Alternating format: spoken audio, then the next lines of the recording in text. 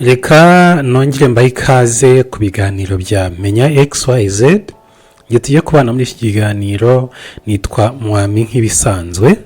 Tugiye kuganira nanone kuri crypto, tugiye kuganira kuri mining. Abantu benshi bagiye bavuga bati tubona imishinga ya mining mu kuri imaze igihe kinini iri ku masoko, ugasanga ku muntu udafite aba referrals n'ubundi mining utuntu duke, noneho coin yajya ku isoko yindi idafite agaciro kanini, ariko kubera ko n'ibyo mining ari bikeya ugasanga mu by'ukuri nta kintu kuyemo. Uyu munsi rero siko bimeze, ko hari umushinga wa crypto witwa STRX Network, n'umushinga utaramara ukwezi. Uyu mushinga rero nuko mininga coin ya STRX Network yitwa STRX, ni kuri mobile ya phone bisanzwe, smartphone tugira, kandi n'umushinga mwiza. Iyi STRX Network itandukanye na Star Network abantu bamaze imyaka bamininga, nayo ni nka payi, kubera ko igihe twatangiye ku mininga bafite Star Network ni igihe kirekire, ariko umushinga nawo urakomeje. Uyu witwa STRX Network. Impamvu ari umushinga mwiza, icyambere ufite total supply nkeya, kubera ko total supply ya STRX Network ni 90,000,000. 90,000,000 rero iyo ugiye muri Tokenomics ugasanga kwa team izaba ifite n'utundi turaje tubigereho, urasanga mu kuri izo community za mininga ari nkeya. Kandi ubu ngubu please, kubera ko aribwo crypto cyiza muri Aziya kiba launched, usanga rero ku isaha umuntu mining ibintu byinshi, akaba ariyo mpamvu byaba byiza uramutse winjiye.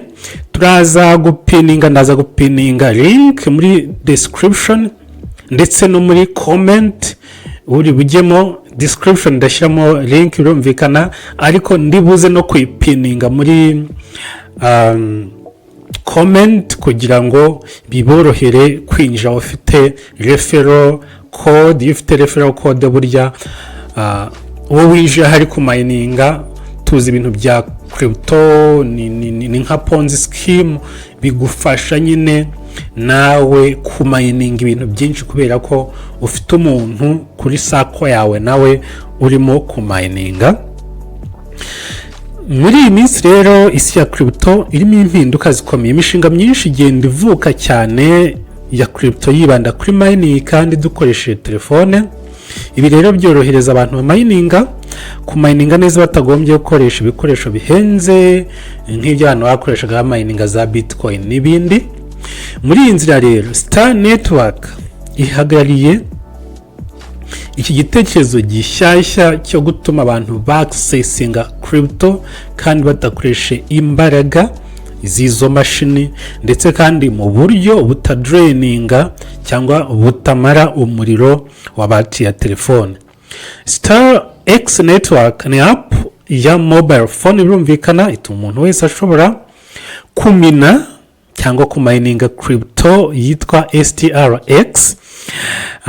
Ikaba yubakitse cyangwa iyi crypto n'uyu mushinga Star Network ubakiye kuri Binance Smart Chain, niyo blockchain ikoresha. Urumva ko n'umushinga uzaba ukoresha blockchain ikomeye. Kubwabyo uyu mushinga uzaba ukoresha iyi Binance Smart Chain BEP-20. Ibi bishatse no kuvuga ko iyi coin ninajya ku isoko, birashoboka ko rero iyi coin ifite amahirwe menshi yo kuzaba listed kuri Binance, kukoresha Binance Smart Chain no muri mining yayo.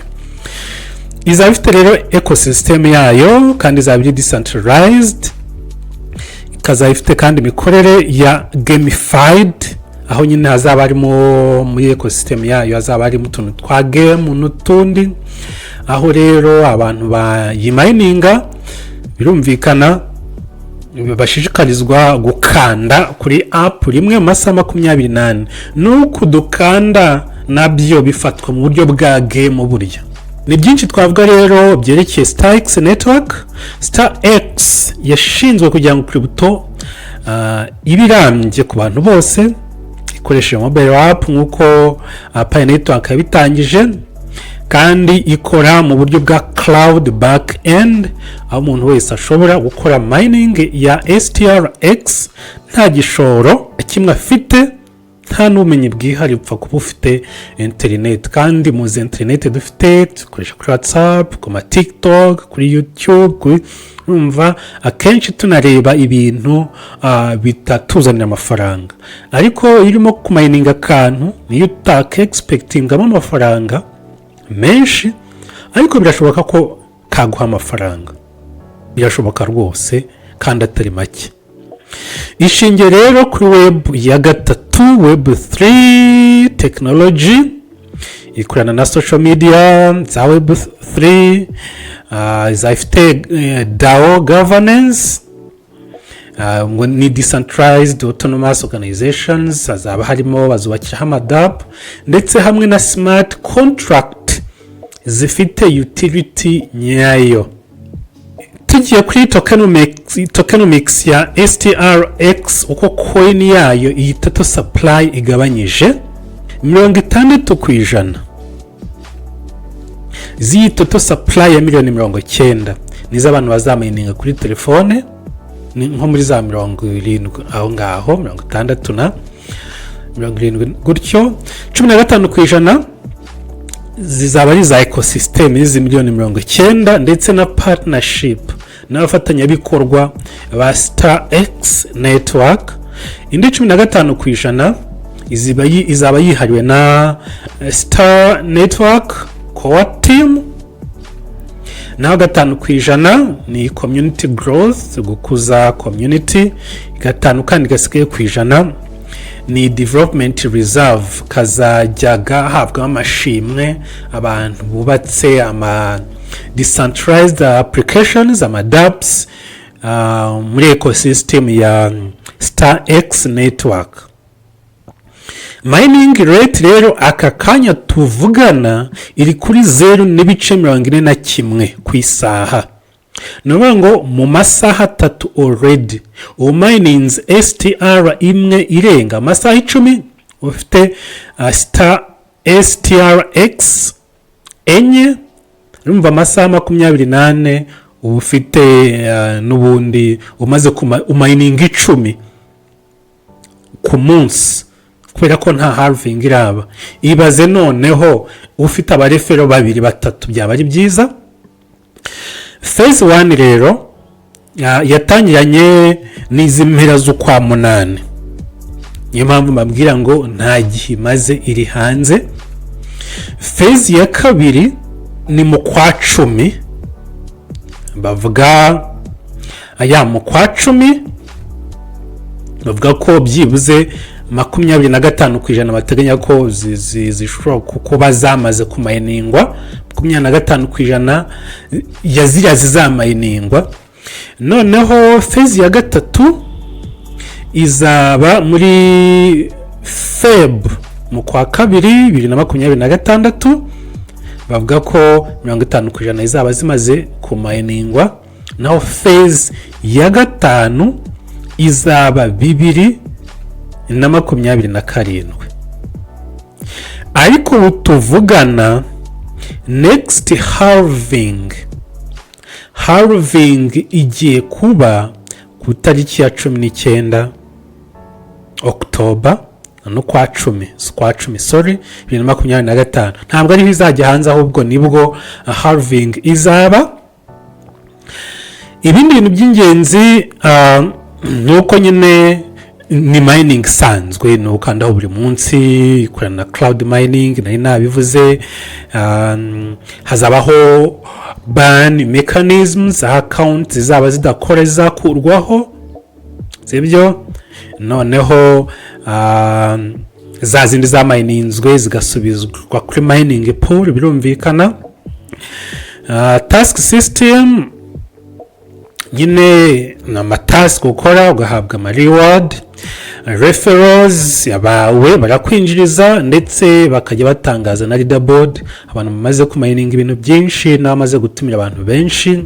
Iyo winjira haba hari security, cyo bita anti-bot verification yakorwa nyine, KYC birumvikana ni ikintu cy'ingenzi ntiratangira ariko igomba kuzabaho niko babivuga, ndetse audited smart contracts, ndetse smart contracts bakabanza bakazauditinga bakazareba ko zimeze neza mbere yuko coin igihe cyo kujya ku isoko yajyaho.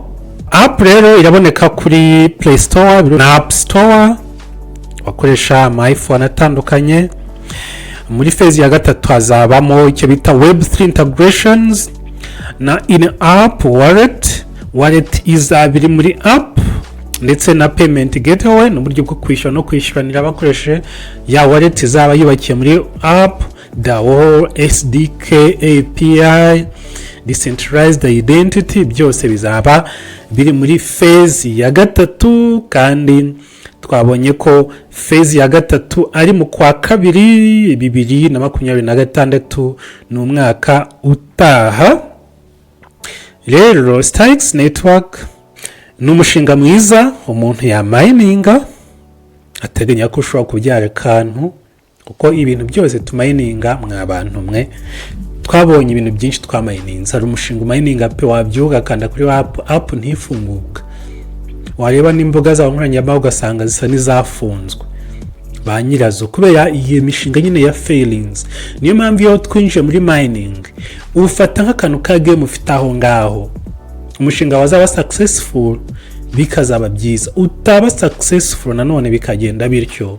Ikibi ni ugukora mining wibwira ko ya mining izagukiza, kuko iyo bitagenze gutyo please ubusa nawe hemukiwe.